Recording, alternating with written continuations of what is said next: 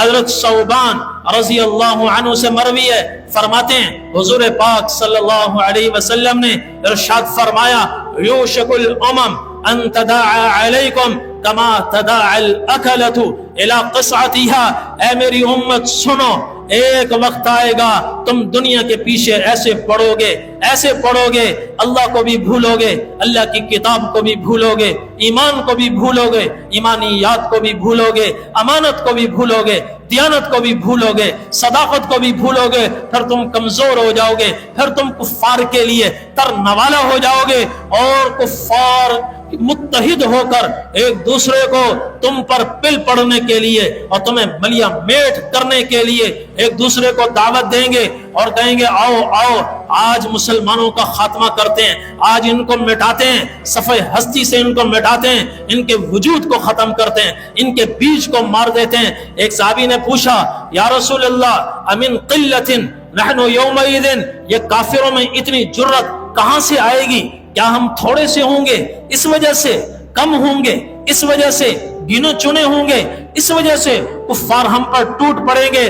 آپ نے فرمایا لا لا لا، نہیں نہیں نہیں، ولکنکم کثیر ولکن انتم کثیرون، تم بہت ہوگے، آج کے مقابلے میں بہت زیادہ ہوگے، اربوں میں چلے جاؤ گے، مگر ولکنکم غثاء کغثاء السیل، تمہاری حیثیت سیلاب کے اوپر آنے والے خس و خاشاک کی طرح ہوگی، تم بے وزن ہوگے، تم بے حیثیت ہوگے۔ طاقت وزن ایمان سے آتی ہے، پیسے سے نہیں آتی۔ طاقت اور وزن ایمان سے پیدا ہوتا ہے، اللہ سے تعلق سے پیدا ہوتا ہے۔ وَلَكِنَّكُمْ غُثَاءٌ كَغُثَاءِ السَّيْلِ، سیلاب کے اوپر چھائے ہوئے جھاگ کی طرح تم ہوگے، تمہاری حیثیت خس و خاشاک کی طرح ہوگی، جھاگ کی طرح ہوگی۔ وَلَيَنزِعَنَّ اللَّهُ مِن صُدُورِ عَدُوِّكُمُ الْمَحَابَةَ مِنكُمْ، اور اللہ تمہارے دشمنوں کے دلوں سے تمہارے رعب اور خوف کو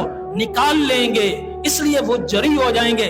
وَلَيَقْذِفَنَّ فِي قُلُوبِكُمُ الْوَهْنَ، جب تم قرآن سے آنکھیں بند کرو گے، دین سے دور ہٹو گے، مسجدوں سے رشتہ توڑو گے، مسجدوں سے رشتہ توڑو گے، تو پھر تمہارے دلوں میں وہن آئے گا۔ صحابہ کے لیے یہ لفظ ایک نیا لفظ تھا۔ صحابہ نے پوچھا مل وہن یا رسول اللہ، اللہ کے رسول وہن کیا چیز ہے؟